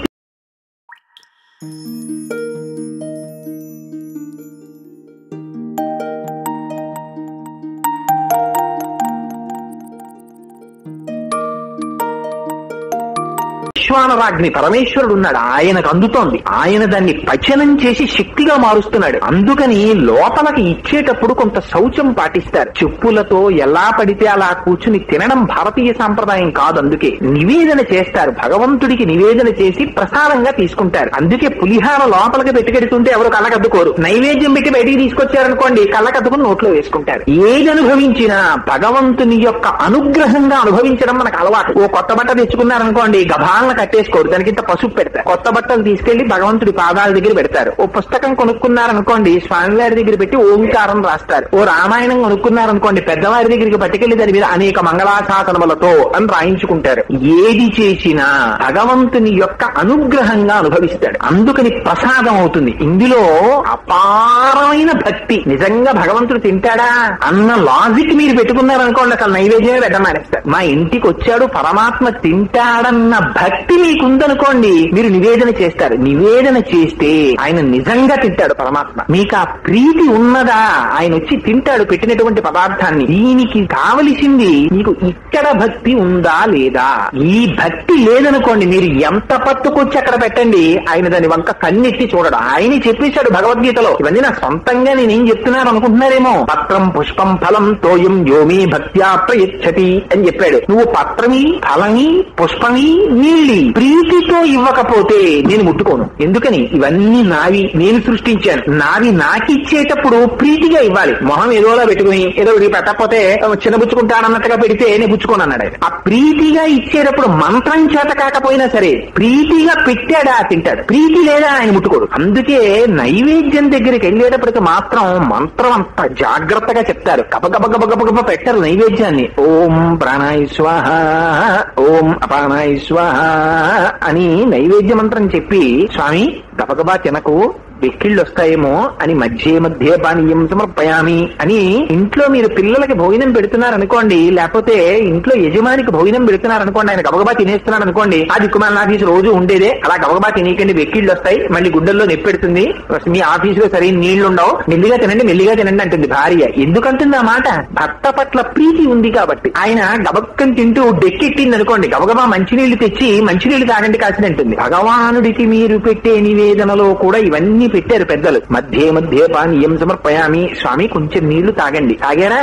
ఇప్పుడు మీకు ప్రశాంతంగా హాయిగా తిన్నారా? మిగిలింది కూడా తినండి. అమ్మయ్య తిన్నారా స్వామి అంటే ఆయన తినే వరకు ఏమండి నేను భోజనం చేస్తే అరగంట తింటాను, నేను కూర్చోవాలా అలాగా అని అనుకోక్కర్లేదు. ఆ పదార్థము స్వీకరించబడిన భావన ఇక్కడ కలగాలి. కలిగి ఆయన బంగారు పాత్రతో నీరు తాగి సుఖంగా కూర్చున్నట్టు మీరు భావన చేశారనుకోండి, భోజనం ఎక్కడైనా చేస్తే కాళ్ళు కడుక్కోవాలి. అందుకని మళ్ళీ హస్తయో అర్ఘ్యం సమర్పయామి, అన్నం తినేసి ఇంగ్లీష్ చేత్తో బయటికి వెళ్ళిపోం కదా. ఇప్పుడంటే కాగితం ముక్కలకు తుడుచుకునే అలవాటు వచ్చింది, అది మన సాంప్రదాయం కాదు కదా. అందుకని చేతులు కడుక్కుంటాడు. అందుకని హస్తయోహ అర్ఘ్యం సమర్పయామి, పాదయోహ పాద్యం సమర్పయామి, మళ్ళీ కాళ్ళు కడుక్కుంటాడు. కడుక్కుని అప్పుడు వచ్చి హాయిగా స్వామి సుఖంగా కూర్చున్న తర్వాత తాంబూలం సమర్పయామి అని తాంబూలం ఇస్తాడు. ఆ తాంబూలం ఇచ్చేటప్పుడు కూడా అందులో పెట్టవలసినటువంటి పదార్థాలు కూడా కొన్ని ఉన్నాయి. జరదా కిళ్ళీలు ఇలాంటివి ఇవ్వచ్చా అండి భగవంతుడికి అని అడుగుతారేమోనని వాళ్ళు జాగ్రత్త పడ్డారు. ముక్తా చూర్ణేన సంయుక్తం తాంబూలం ప్రతిగృహ్యతాం అని ముత్యం కాల్చిన గుండ అందులో వెయ్యాలి. కానీ నిజంగా మనం అవన్నీ చేస్తామా? మంత్రం అంటే చెప్పేస్తాం, ఆయన చెప్పేస్తూ ఉంటాడు ముక్తా చూర్ణేన సంయుక్తం తాంబూలం ప్రతిగృహ్యతాం. అసలు మొదళ్ళెగిల్లాం, ఎంత దారుణం. అసలు తాంబూలం ఇచ్చేటప్పుడు పుచ్చుకునేటటువంటి వారి వైపుకి కొసలు ఉండాలి. ఎవరికైనా మనం ప్రీతితో తాంబూలం ఇచ్చామని గుర్తేమిటంటే మొదళ్ళు చివళ్ళు తుంపి తాంబూలం ఇవ్వాలి. మీరు చాలా ప్రీతితో తాంబూలం ఇస్తున్నారనుకోండి, భర్తకి తాంబూలం ఇచ్చేటప్పుడు మొదళ్ళును ఆ చివళ్ళు ఉండిపోయేటట్టుగా ఒక్కపొడి వేసేసి ఆయన చేతిలో పెట్టకూడదు. భర్త ఎదురుగుండా ఉన్న దైవం, ఆయనకి తాంబూలం ఇస్తే మొదళ్ళు తుంపాలి, చివర్లు తుంపాలి, తుంపి వక్క వేసి ఆయన చేతిలో పెట్టాలి. అప్పుడు తక్షణం స్వీకరిస్తారు దాన్ని. ఆ తాంబూలం చేత తిన్న పదార్థం అరుగుతుంది, మళ్లీ మళ్లీ తినడానికి కావలసిన దంత సౌష్ఠవం ఉంటుంది. అందుకని దంతాల బలం కోసం, జీర్ణం అవడం కోసం తాంబూలం. ఆయన మళ్లీ మళ్లీ మీ ఇంటికి వచ్చి తినాలి, ఆయన సుఖంగా సంతోషంగా ఉండాలన్న ప్రీతి మీకు ఉండడమే భక్తి. ఆ భక్తి ఉంటే తాంబూలం తాంబూలం ఇవ్వాలి. తాంబూలం ఇస్తే ఏమవ్వాలి? మీకు కనపడాలి నోరు, ఎర్రటి నోరు కనపడాలి. కనపడితే మీకు బెంగ రావాలి. అప్పుడు రావాలట బెంగ. పిల్లలకి అమ్మ ఏం చేస్తుందంటే అన్నం పెట్టేస్తుంది. అన్నం పెట్టేసేటప్పుడు ఎవరో వస్తారు, తలుపు కొడతారు. ఏంటండి మీ అబ్బాయికి అన్నం పెడుతున్నారా అంటారు. అంటే గబోబా అమ్మ పిల్లాడిని కంచాన్ని పట్టుకుని పెరట్లోకి వెళ్ళిపోతుందా? ఏమీ తెలియనట్టు వాళ్ళు ఎదురుగుండా అన్నం పెట్టేస్తుంది. ఇవన్నీ మీరు చెయ్యనివి కావు. ఒక్కసారి ఆలోచించండి. వాళ్ళు ఎదురుగుండా అన్నం పెడతారు, కానీ వాళ్ళు వెళ్ళిపోగానే మీకు బెంగ మనసులో. వాళ్ళ దృష్టి మంచిది కాదు, వాళ్ళు వచ్చి చూసేశారు. మీ వాడు ఇంత పప్పు అన్నం తింటాడేంటి, మా పిల్లలు తినరండి బాబు ఇలాగా. చక్కగా మీ పిల్లాడికి ఇలా నోట్లో పెడితే గుటుక్కని మింగేస్తున్నాడు, మా పిల్లలతో 3 చెరువులు నీళ్లు తాగాలంటుంది ఆవిడ. ఈవిడికి బెంగ. ఏమిటో పిల్లాడిని అలా అంది అని 30 ముద్దలు తీసి దిగదుడిచి అవతల ఆరేసి వాడికి మూతి కడిగి ఇన్ని కడిగి మీరు పంపించట్లా. ప్రీతి ఉంటే, మీకు నిజంగా ప్రీతి ఉంటే, భక్తి ఉంటే ఇది పరీక్ష. వాడికి కాదు చేస్తున్నది పూజ, మీరు చేస్తున్న పూజ యందు మీకు నిబద్ధత ఉందా లేదా ప్రతిరోజు మిమ్మల్ని మీరు పరీక్షించుకోవడం పూజ. నిజంగా మీకు ఆర్తి ఉంటే మీరు తాంబూలం ఇచ్చాక మీకు భగవద్ దర్శనం అవ్వాలి. ఎర్రటి నోళ్లతో ఇద్దరు కనపడాలి. వాళ్ళిద్దరూ అసలే సౌందర్య రాసులు. లక్ష్మీనారాయణులు అంటే మాటలా. నీలతో యుధ మధ్యస్థ విద్యుల్లేకే భువాస్వర అన్నట్టుంటారు వాళ్ళు. మేఘం మెరుపుతో కలిసిందనుకోండి ఎంత అందంగా ఉంటుంది, అలా ఉంటారు వాళ్ళిద్దరు. వాళ్ళు ఎర్రటి నోళ్లతో కనపడ్డారనుకోండి చిరునవ్వు నవ్వుతూ, మీకు ఇక్కడ బెంగొచ్చేస్తుంది. స్వామి నా కళ్ళంత మంచివి కావు, నేను పూజ చేసేశాను, ఆపాదమస్తకం చూసేశాను, ఈ పదార్థాలన్నీ తినమని పెట్టేశాను, నువ్వు తినేశావు, తాంబూలం ఇచ్చాను వేసేసుకున్నావు, ఇంత అందం చూసేశాను స్వామి, తీరా నేను లేచి వెళ్ళిపోయిన తర్వాత నీకు ఒళ్ళు కొంచెం వేడెక్కుతుందేమో, జ్వరం వస్తుందేమో స్వామి, నా కళ్ళంత మంచివి కావయ్యా అని బెంగ పెట్టేసుకుని పూజ మొదలెట్టినప్పుడు ఏం చెప్తారు? ధర్మార్థ కామమోక్ష చతుర్విధ బల పురుష, 2 గంపల కొడుకులు, 3 గంపల మనవలు, 4 గంపల ముని మనవలు, 5 గంపల ఇను మనవలు, ఇంటి నిండా వచ్చే బంధువులు వెళ్లే బంధువులు, వీడింటి పక్కన ఎప్పుడు కుక్కలు కాకులు విస్తళ్ల కోసం పోరాడుకోవాలి, వీడింట్లో రోజు 100 విస్తళ్లకి తక్కువ కాకుండా భోజనాలు ఉండాలి అని చెప్పి నీ ఇల్లు నేలగట్ట అని అద్భుతమైనటువంటి పాట రాశాడు మహానుభావుడు ఒక ఆయన. నేను ఆ పాట విని ఆశ్చర్యమైన, ఎంత గొప్ప పాట రాశాడు రా నిజంగాను అని చెప్పేసి, అందులో ఏదో ఆ బాబు నీ నోట బెల్లమ్ము కొట్ట అని తండ్రి ఎప్పుడు అంత సంతోషించాలట, అలా నీ ఇల్లు ఉండాలి అని చెప్పి పొంగిపోతుంది తల్లి. నిజంగా వాడంత వృద్ధిలోకి వచ్చేసాడు అనుకోండి, వాడంత క్షణం తీరిపోలేని పెద్ద ఆఫీసర్ అయిపోయి ఇంటికి ఎప్పుడు అతిథులు వచ్చి 50 మందికి కోడలు వండి పెట్టి చేస్తోంది అనుకోండి. ఆ అమ్మ ఏం చేస్తుంది? ప్రతి క్షణం బెంగే. కూర్చోమంటే కూర్చోడు, ఇలా తిరుగుతూ ఉంటాడు, క్షణం ఖాళీ ఉండదు, అన్నం తిన్నివ్వరు వాడిని, హస్తమానం వచ్చేస్తూ ఉంటారు, అని ఓహో కళ్ళు వచ్చేసుకుంటుంటుంది. ఆశీర్వచనం చేసావు చిన్నప్పుడు, మరి నువ్వు చేసిన ఆశీర్వచనం ఫలించింది, వాడు ఇంత వాడయ్యాడు, ఇప్పుడు కళ్ళు ఒత్తుకుంటావు ఎందుకు? ప్రేమ చేత ఉండలేక ఏమిటో బాబు 2 రోజులు నువ్వును అమ్మాయి కలిసి ఎక్కడికన్నా ఏ తిరుపతితో వెళ్ళిపోండి, నేను చూడలేకపోతున్నాను, ఏమిట్రా ఇది అన్నం కూడా తిన్నివ్వరు నిన్ను అంటుంది అమ్మ. ఆ మాట అమ్మ అన్నం నీ ఐశ్వర్యాన్ని భరించలేక అందా, ఇంత ఐశ్వర్యంలో నువ్వు అన్నం తినలేకపోతున్నావు అని బెంగ పెట్టుకునిందా, ఇంత ఐశ్వర్యంలో కొడుకు అన్నం తినలేకపోతున్నాడన్న బెంగ అమ్మకి. ఇది అమ్మ మనసు ఎంత ఆర్ద్రమో, పూజలో నీరాజనం దగ్గర మీ మనస్సు అంత ఆర్ద్రం అయిపోవాలి. అయ్యో స్వామి నీకు నైవేద్యం పెట్టేశాను, తాంబూలం ఇచ్చేశాను, నీళ్లు తాగేశావు, కాళ్ళు కడుక్కున్నావు, చేతులు కడుక్కున్నావు, ఆ నీళ్లు తాగేశాను, నా దృష్టి మంచిది కదయా, కనురాపు తగిలిందేమో, నీకు ఒళ్ళు వేడెక్కుతుందేమో స్వామి, నాకు బెంగగా ఉందని ఆయనకి దృష్టి తీసేస్తారు. తీసేయడానికని కర్పూరం వేసి మంత్రం తిరగబడిపోతుంది అక్కడికి వచ్చేటప్పటికి. అప్పటి వరకు ఏమంటారు? నాకు ధర్మార్థ కామ మోక్ష చతుర్విధ బల పురుషార్థ సిద్ధ్యర్థం నాకు ఇవన్నీ అన్న వాళ్ళు నీరాజనం దగ్గరికి వెళ్ళేటప్పటికి శ్రీహకాంతాయ కళ్యాణ నిధయేర్దినాం శ్రీ వెంకట నివాసాయ శ్రీనివాసాయ మంగళం. స్వామి శ్రీనివాస నీకు మంగళం అవుగాక. ఆయన మీకు మంగళం ఇస్తారా, మీరు ఆయనకి మంగళం ఇస్తారా? అడిగిందేమో మీకు ఇమ్మనే. పూజ పూర్తి చేసేటప్పుడు నీరాజనం ఇచ్చేటప్పుడేమో స్వామి నీకు మంగళం అవ్వాలి, నీకు మంగళం అవ్వాలి, నీకు మంగళం అవ్వాలి. ఏమిటది? తప్పు కదా. మరి మీరు అడిగింది ఏమిటి, మీరు చేస్తున్నది ఏమిటి అంటే చివరకెళ్ళేటప్పటికి మీ మనస్సు అంత ఆర్తి పొందాలి. కొడుకు పుట్టాలని ఎందుకు కోరుకుంటారో తెలుసా అండి? ఇందుకు కోరుకుంటారు. కొడుకు పుట్టేటటువంటిది ఐశ్వర్యం తేవడం అవి ఒకెత్తు, వాడి తర్వాత కూడా వాళ్ళ గోత్రనామాలతో వాళ్ళ పూజా మందిరంలో ఇలా నీరాజనం ఇవ్వడానికి కొడుకు కావాలని కోరుకుంటారు. ఎందుకంటే ఆత్మావై పుత్రనామాసి, తండ్రి కొడుకుగా వస్తాడు. మళ్ళీ తండ్రి శరీరం వెళ్ళిపోయినా తండ్రి తేజస్సు కొడుకులో తిరుగుతుంటుంది. ఆ తిరుగుతూ ఉంటుంది కనుక తేజస్సు ఎడతెగకుండా ఆ సంప్రదాయంలో ఆ గోత్రనామాలతో ఆ నీరాజనం మాత్రం స్వామికి ఇస్తూనే ఉండాలి. అందుకు కొడుకు. అందుకే పెద్దలు ఒకటి చెప్పేవారు, తమ శరీరం ముడతలు పడిపోతుంటే తను కొడుకు దగ్గరికి వెళ్ళిపోవాలని చెప్పేవారు. వెర్రివాడే వెళ్ళిపోయారు ఆ శ్రీభాష్యం అపలాచార్య స్వామి వారు. ఈ ఊళ్ళో ఉంటే కనకపు మేడలు కడతారు ఆయనకి. ఆయన ఇప్పటికీ చెప్తుంటారు నాతో చాలా మంది, అపలాచార్య స్వామి వారిని ఉండమన్నామండి, కాకినాడలో ఇల్లు కట్టిస్తామన్నాం, మేడలు కట్టిస్తామన్నాం, ఉండండి అంటే ఉండకుండా వెళ్ళిపోయారండి. ఆ కొడుకు దగ్గరికి వెళ్ళిపోయారు. ఎందుకు వెళ్ళిపోయారు? శాస్త్రం తెలుసున్నవాడు కనుక వెళ్ళిపోయాడు. కొడుకు దగ్గర ఉండాలి. అధమము చావు, కొడుకు దగ్గర చచ్చిపోయిన చావు, కాశీలో చావు. తను ఎంత ఐశ్వర్యంలో ఉండి చచ్చిపోయినా కుక్క చావు. అందుకని ఉండకూడదు వృద్ధాప్యంలో. వృద్ధాప్యం వచ్చేసిన తరువాత కొడుకుయే ఆశ్రయణీయము. శాస్త్రం అంతా ఖచ్చితంగా చెప్పేసి కొడుకు దగ్గరే ఉండాలి.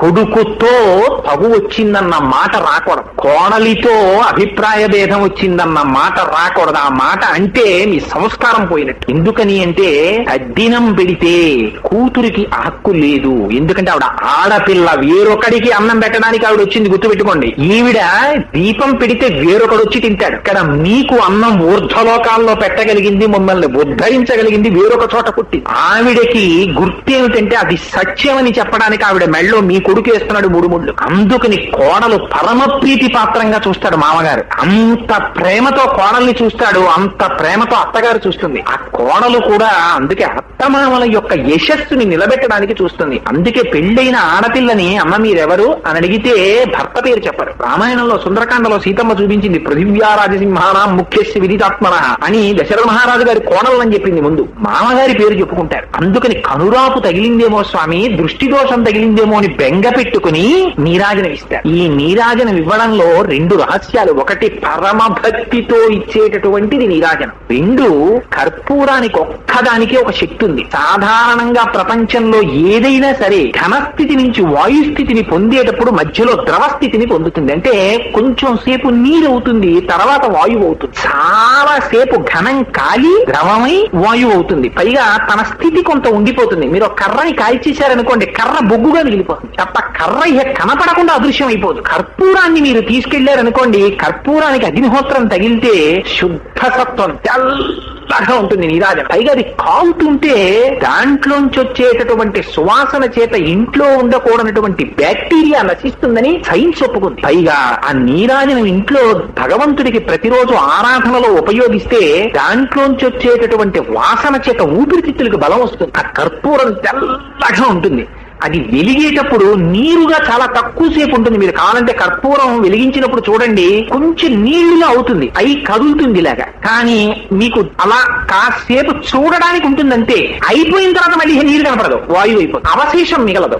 మీరు దేన్ని కాల్చండి అవశేషం మిగులుతుంది పృథ్వీలో. ఓ చెట్టు కాల్చండి బొగ్గు ఉంటుంది, ఓ కాగితాన్ని కాల్చండి కాగితం కాలిపోయి నల్లటి పొర కింద ఉండిపోతుంది. కర్పూరాన్ని కాల్చండి శేషం ఉండదు, వాయువులోకి వెళ్ళిపోతుంది. అంటే స్థూల దశ నుంచి ఈ శరీరంలో ఉన్నటువంటి నేను ఇంత వయసు అయిపోయింది కనుక ఇప్పుడు ఇటువంటి పూజ చేస్తున్నాను కనుక నేను నిన్ను చేరుకోవడానికి కావలసినంత పూజ చెయ్యగలిగినంత సమయం ఇక నాకు లేదు. అంత అర్చన నీ చెయ్యలేను, ఆర్తి పొంది ఉన్నాను. ఈ కర్పూరం ఎలా వాయుస్థితిని పొందేసిందో అలా నేను నీవైపోదునుగాక, నీకన్నా భిన్నము కాని స్థితిలో నేను నిలబడిపోయేదనుగాక అని కోరుకుంటాడు. అందుకని నీరాజనం అంత శక్తివంతం. మిగిలిన ఉపచారాల్లో చేసినవి ఏవి మీకు పట్టుకొచ్చి మళ్ళీ ఇవ్వరు. కానీ నీరాజనం ఇచ్చారనుకోండి, అది ఎవరో పూజ చేయించుకున్నా సరే హారతిస్తే మాత్రం అందరికీ తీసుకొచ్చి ఇస్తారు, కళ్ళకద్దుకుంటారు. ఆ స్థితిని అందరూ అడగవలసింది. అందుకని నీరాజనం కళ్ళకద్దుకుంటారు. కళ్ళకద్దుకున్న తర్వాత మంత్రపుష్పం. ఈ మంత్రపుష్పం జ్ఞానం.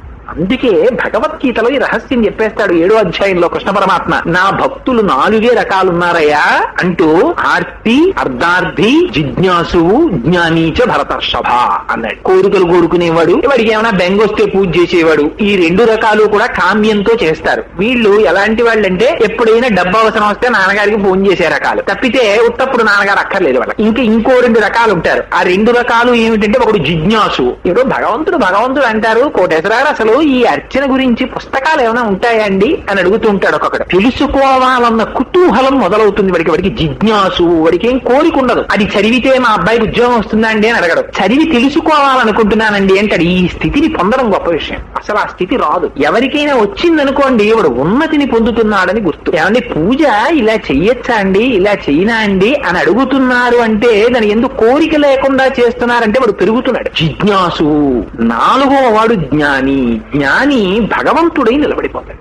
వాడికి భగవంతుడి కన్నా వేరొకటి లేదు. ఆ జ్ఞానమే మంత్రపుష్పం. అందుకే మంత్రపుష్పం చెప్పేటప్పుడు మీకు ఒక విచిత్రం చేస్తారు పూజలో. మీరు సత్యనారాయణ వ్రతం అంతా చేసేసారనుకోండి, చేతికి మీకు 2 అక్షతలో 2 పువ్వులు ఇచ్చి నిలబడమంటారు. నిలబడమన్న తర్వాత వచ్చినటువంటి బ్రాహ్మణులందరూ నిలబడి మంత్రపుష్పం చదువుతారు. ఏమిటి మంత్రపుష్పం చెప్పండి నాకు. మీరు ఎప్పుడైనా మంత్రపుష్పం అసలు ఏమిటండి అని మీరు అడిగారు అనుకోండి, అక్కడ వస్తుంది పేచీ అంతా. వాళ్ళు చేతిలోకి ఇచ్చి ఒక మంత్రం ఒకటి 2 పక్షాల కింద విడిపోయి గట్టిగా చదవడం మొదలెడతారు. ఓం ధాతాపురస్త్యముదాజహారాహస్యక్రప్ర విద్వాం అని మొదలెడతారు. ఇది నాణ్యపంధాయనాయ విద్యతే, ఇది తప్ప వేరో మార్గం లేదు. ఏమిటి ఇంకో మార్గం లేదు అసలు, ఇది తప్ప, ఇలా పట్టు ఇలా నిలబడి ఇలా చేయడం తప్ప ఇంకో మార్గం లేదు అంటున్నాడు. ఇప్పటిదాకా చేసిన ఏది కావదంటున్నాడు. ఏమిటిట ఇంత చేసిన తర్వాత మీరు ఎదురుగుండా సత్యనారాయణ స్వామి వారి పెట్టుకుని ఇంతసేపు పూజ చేశారు. మీరు ప్రదక్షిణం చేయవలసి వస్తే ఎవరికి చెయ్యాలి ప్రదక్షిణం?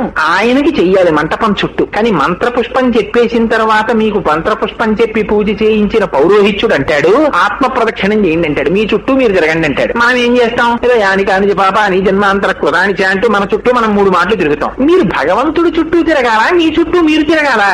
మీ చుట్టూ మీరు తిరుగుతారు. తిరిగి పైగా ఈ పూలకి వచ్చి ఆయన మీరు పెట్టేస్తారు. మంత్రపుష్పం సమర్పయామి అని అంతా అయిపోయింది స్వామి, మంత్రపుష్పం చెప్పేశాడంటే పూజ అయిపోయిందని గుర్తు. మంత్రపుష్పం చెప్పేసి అనయాధ్యానావాహనాలు షోడశోపచార పూజ్యాత భగవాన్ సర్వాత్మ సర్వం శ్రీ ఉమామహేశ్వర బ్రహ్మార్పణమస్తని అక్షతలు నీళ్లు విడిచిపెట్టేస్తారు. ఆ విడిచిపెట్టడం కూడా ఇలా పోసి ఇలా విడిచిపెట్టేయాలంటే ఇలా ఇలా ఇలా చల్లుతూ ఉంటారు కొందరు. అలా చల్లకూడదు, ఇలా నీరు విడిచిపెట్టేయడమే. ఉండిపోతే బట్టకి తుడి చేసుకోవాలి, అందుకు ఉత్తరీయం తీసి తుడి చేసుకోవడానికి. అంతేగాని అవన్నీ ఓహో ఇలా జల్లేయమని కాదు. అందుకని ఆ నీళ్లు విడిచిపెట్టేస్తాడు. మరి మంత్రపుష్పానికి ఎందుకంత శక్తి? అందులో రహస్యం చెప్పారు. ఇప్పటిదాకా అదిగో అక్కడున్నాడని పూజ చేసావు కదా, వాడు అక్కడ లేడురా. అసలు రహస్యం అసలు వాడు ఎక్కడున్నాడో తెలుసా? ఇక్కడున్నాడు. నీ వారస్సుకవత్తన్వి పీతాభాస్వత్యనూపమా. నువ్వు నీ బొడ్డులో చిటికిన వేలు పెట్టి పైకి బొటన వేలు పెడితే ఈ బొటన వేలు ఎక్కడ తగులుతోందో ఆ తగులుతున్నటువంటి పాయింట్ ఎవరికి వారికి తగులుతుంది ఆ బొటన వేలు. అలాగా అక్కడ యోగ శాస్త్రంలో ఒక తామర మొగ్గోటి ఉంటుంది. అది ఇలా ఉంటుంది. ఆ మొగ్గ ఇలా ఉండదు, ఇలా ఉంటుంది. ఇలా ఉన్నటువంటి ఆ మొగ్గకి చివర ఒక చిన్న బిందు ఒకటి ఉంటుంది. ఆ బిందు మధ్యలో ఒక చిన్న అగ్నిహోత్రపు రవ్వ. మీకు దాన్ని కరెక్ట్ గా చెప్పాలంటే గ్యాస్ స్టవ్ వెలిగించడానికి లైటర్ అని ఒకటి ఉపయోగిస్తూ ఉంటారు. అందులోంచి ఒక చిన్న నిప్పు రవ్వ ఒకటి వస్తుంది. ఆ రవ్వ ఎంత ఉంటుంది కనుక మంట అవుతుంది. అటువంటిది ఒకటి ఉంటుంది. ఇదే చెప్తారు మంత్రపుష్పంలో. నేను నోటి మాటలతో చెప్తున్నాను, వాళ్ళు మంత్రపుష్పంలో చెప్తారు. తస్య మధ్యే శిఖాయ మధ్యే పరమాత్మా వ్యవస్థిత అంటారు. అదిగోనయా ఆ చిన్న నిప్పు రవ్వ లాంటి దాంటి మధ్యలో ఒకటి వెలుగుతోంది. దానికి అసలు కాళ్ళు చేతులు ఇవేం లేవు. దాన్ని నీ ఇష్టం ఏమని పిలిచినా పిలువు. స బ్రహ్మస్వ శివస్వ హరిశ్చేంద్ర స్వక్షర పరమస్వరాట. శివ అంటావా అల్లర్లేదు, హరి అంటావా అల్లర్లేదు. నీ ఇష్టం ఏ పేరు పెట్టైనా పిలుచుకోదాన్ని. దానికి అసలు నామరూపాలు ఏం లేవు. దాని కాంతి కొడుతోంది పైకి కిందకి పక్కలకి అంతా. ఈ కొడుతున్న కాంతి ఉందే ఇది 98.4 డిగ్రీల ఫారెన్హీట్ లో. ఇది శివం, ఇది సత్యం, అది సుందరం, అది ఆత్మ. అది ఇక్కడుంది కాబట్టి ఇది ఉంది. అందుకని ఇప్పుడు దేనికి ప్రదక్షిణం? దానికా దీనికా? అదే ఇక్కడుంది, అది కదులుతోంది ఇక్కడ. అందుకని దానికి ప్రదక్షిణం చేయి అంటే ఆత్మ ప్రదక్షిణం చేశారు మీరు. ఇప్పుడు ఏం తెలుసుకున్నారు ఇంత పూజ చేసిన తర్వాత? ఎక్కడున్నాడు భగవానుడని తెలుసుకున్నారు. అక్కడున్నాడా ఇక్కడున్నాడా? అక్కడున్నవాడు ఇక్కడున్నాడు, ఇక్కడున్నవాడు అక్కడున్నాడు, వీడే అంతటా ఉన్నాడు. దృశ్యతే శ్రూయతే పివా. నేను ఏం చెప్తున్నానో, నేను ఏం చూస్తున్నానో అదంతా బ్రహ్మమే అని తెలుసుకున్నాను.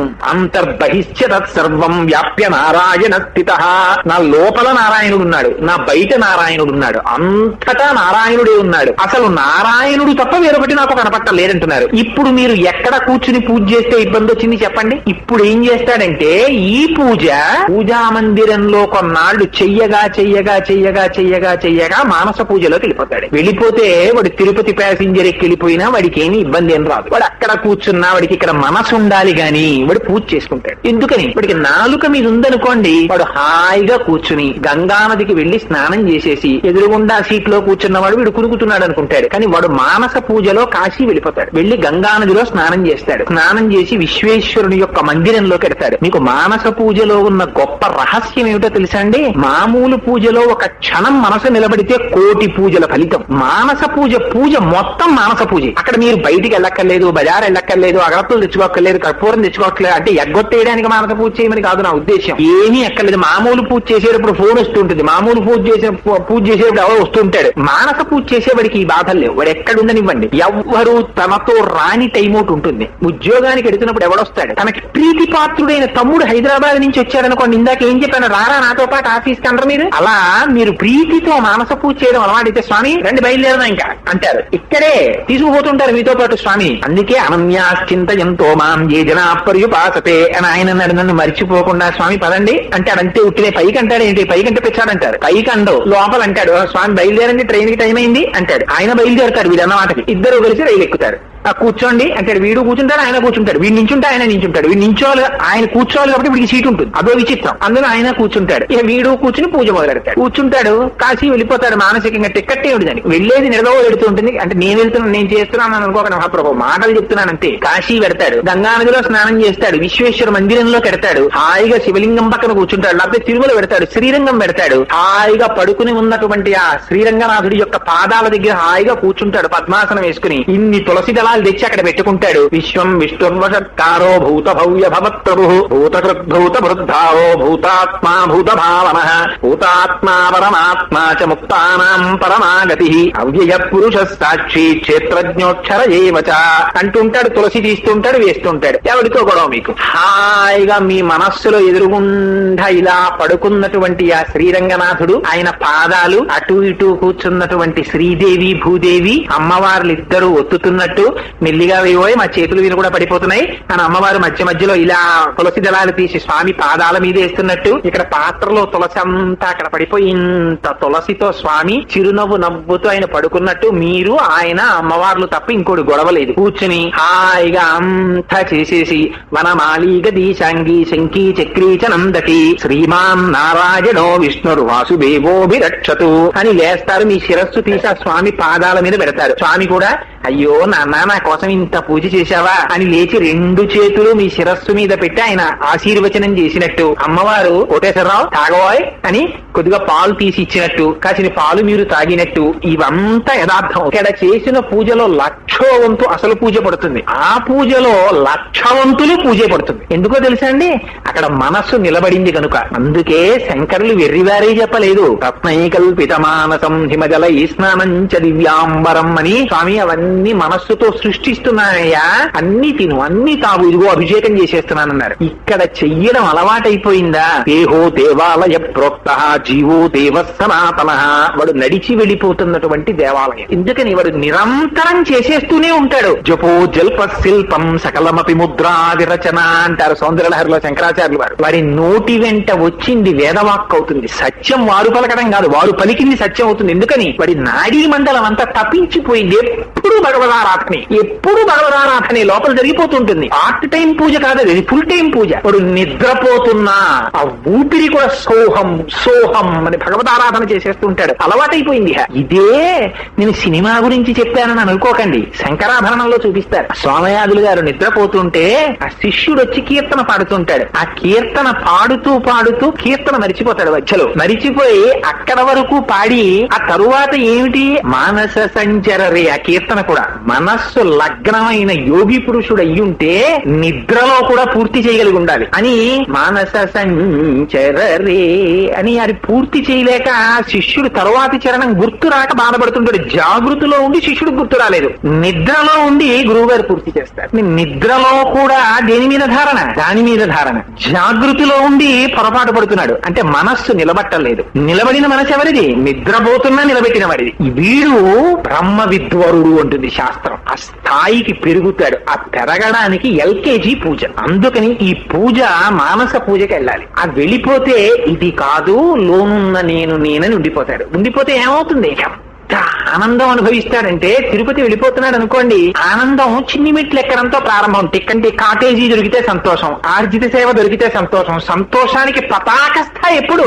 ఆనంద నిలయంలో వాడి ముందు నించున్నప్పుడు. అలా ఈ జీవన యాత్రలో ఈ పూజ చేసి చేసి చేసి చేసి చేసి దస్సిపోయి అన్నమాచార్యులు వారిలో అడుగుతాడు, స్వామి ఇంకా అలా చెయ్యడానికి కూడా ఇది ఉపకరించట్లా, నాలుక కూడా పర్మిట్ చేయట్లా, శక్తి సడలిపోయింది స్వామి, అందుకని ఇందులోంచి తీసేసి తీసి నీలో కలుపుకోవా అని అడుగుతాడు. కట్టుకున్నప్పుడు ఆర్జిత సేవ దొరికినప్పుడు ఎంత పొంగిపోతాడో.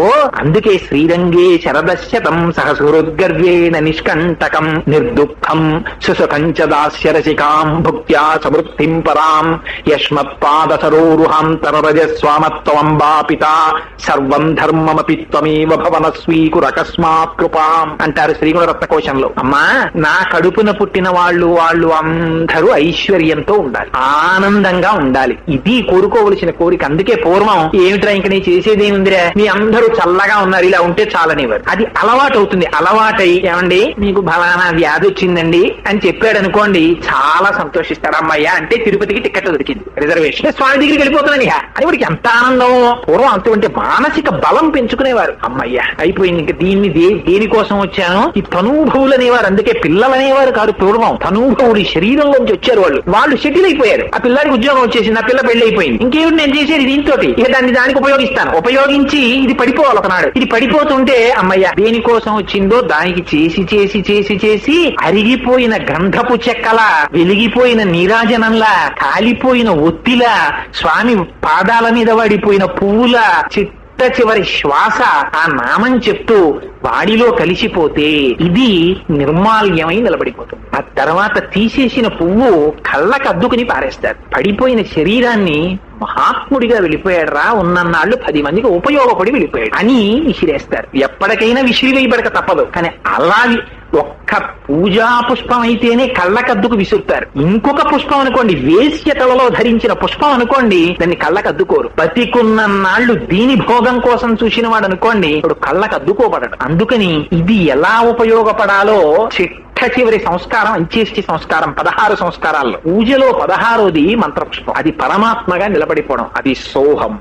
ఆ స్థితికి తీసుకెళ్లగలిగిన ఎక్సర్సైజ్ పూజ. అటువంటి పూజకి హద్దు పెట్టారు పెద్దలు. 60 వచ్చిందంటే కాషన్ ఆర్డర్ పడిపోయినట్టు. ఇంకా తరువాత మందగించేస్తుంది శరీరం. అందుకే 60కి దగ్గరలో రిటైర్మెంట్ ఇచ్చేస్తుంది గవర్నమెంట్ కూడా. 60కి పూర్వం రిటైర్ చేసేవారు, ఇప్పుడు 58కే చేస్తున్నారు. ఇంకా కొన్ని డిపార్ట్మెంట్లు 60కి చేస్తున్నాయి. సంవత్సరాలు కూడా తెలుగులో 60, షష్ఠి పూర్తి కూడా 60. 60 అంటే 60 తెలుగు సంవత్సరాలు చూసి ఏ సంవత్సరంలో పుట్టాడో ఆ సంవత్సరానికి వచ్చేసాడంటే వాడు భగవంతుని యొక్క కటాక్షం పొందాడు. ఇంకా తరువాత శరీరాన్ని పిల్లల కోసమని వెర్రికిపోకూడదు, వాళ్ళకి ఆశీర్వచనం చేయడానికి ఉండాలి. భగవత్ కైంకర్యానికి ఎక్కువ ఉపయోగించి పునరావృత్తి రహిత శాశ్వత శివ సాయుధ్యాన్ని పొందమని, ఆ తరువాత వచ్చేటటువంటి కష్టం కాని సుఖం కాని ఆనందం కాని దేన్నైనా సరే భగవత్ విభూతిగా స్వీకరించగలిగిన మానసిక ధైర్యం ఇమ్మని అడగడానికి ఉగాది పచ్చడి తింటారు. అందుకని మిగిలిన పచ్చళ్ళు వేరు, ఉగాది పచ్చడి అప్పుడప్పుడు చేసుకు తినరు. ఉగాది పచ్చడి ఉగాది నాడే తింటారు. అంటే సంవత్సరం మొదట్లో తింటే అందులో ప్రత్యేకం వేప పువ్వు వేస్తారు.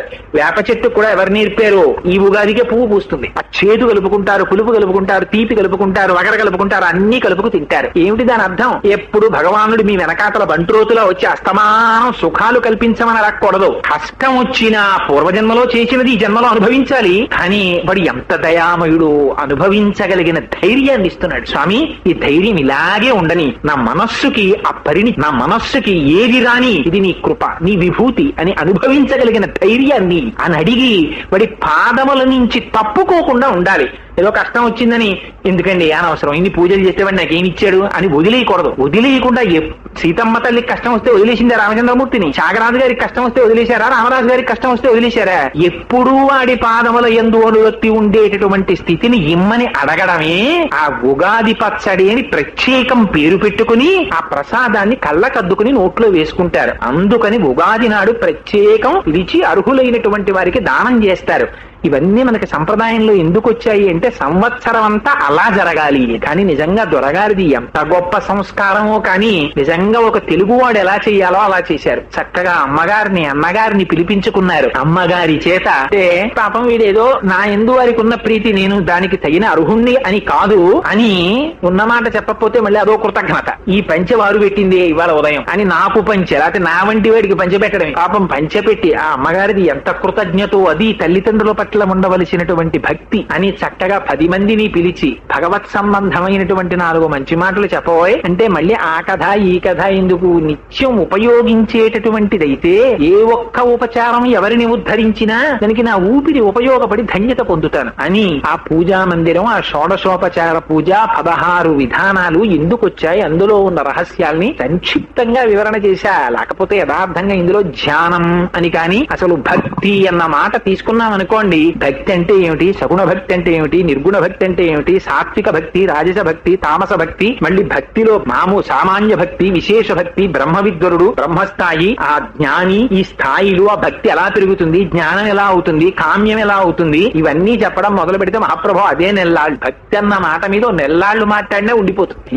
భగవానుడు అనుగ్రహించినంత మేర ఇటువంటి పరమ పవిత్రమైనటువంటి సమయంలో భగవత్ సంబంధంగా 4 మాటలు చెప్పుకోవాలి అని చెప్పుకున్నాం. దానికి ఇంత అద్భుతంగా ఇంత చక్కటి కార్యక్రమాన్ని ఏర్పాటు చేసినటువంటి దొరగారికి నా అభినందనలు, ఆశీస్సులు తెలియచేసుకుంటూ వారు నాకన్నా పెద్దలైన ఆశీర్వచనం చేయడానికి నాకు జన్మతః ఒక అధికారం ఉంది. అందుచేత ఆశీర్వదిస్తూ వారి ఇంట్లో చక్కగా ఈ సంవత్సరం అంతా మీకు వారికి అందరికీ మంగళప్రదంగా అందరికీ ఆనందం కల్పించి, ఒకవేళ కర్మవశాత్తు ఏవైనా చిన్ని కష్టములను పడవలసినటువంటి స్థితి ఏర్పడినా ఆ కష్టాన్ని కష్టంగా కాకుండా తట్టుకోగలిగినటువంటి మానసిక పరిణితిని పరమేశ్వరుడు కటాక్షించుగాక.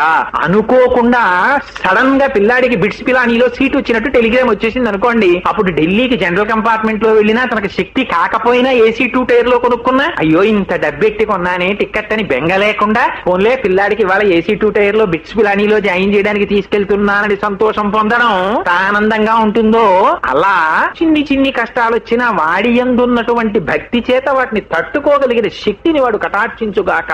కానీ ఆ భక్తి మాత్రం ఎన్నడూ చెక్కు చెదరకుండా అనుగ్రహించమని వాడి పాదములు పట్టి ప్రార్థన చేస్తూ మంగళాశాసన పరై మదాచార్య పురోగమైః సర్వైశ్చ పూర్వైరాచార్యైః సత్కృపాయాస్తు మంగళం. మంగళం కోసలేంద్రాయ మహనీయ గుణాత్మనే చక్రవర్తి తనూజాయ సర్వభౌమాయ మంగళం. ఉమాకాంతాయ కాంతాయ కామితార్థ ప్రదాయినే శ్రీగిరీశాయ దేవాయ మలినాథాయ మంగళం. కరచరణకృతం వా కర్మ వాక్కాయజం వా శ్రవణనైనజం వా మానసం వాపరాధం విహితమవిహితం వా సర్వమేత్తక్షమస్వ. శివ శివ కరుణాబ్ధే శ్రీ మహాదేవ శంభో. సర్వం శ్రీ ఉమామహేశ్వర పరబ్రహ్మార్పణమస్తు. స్వస్తి.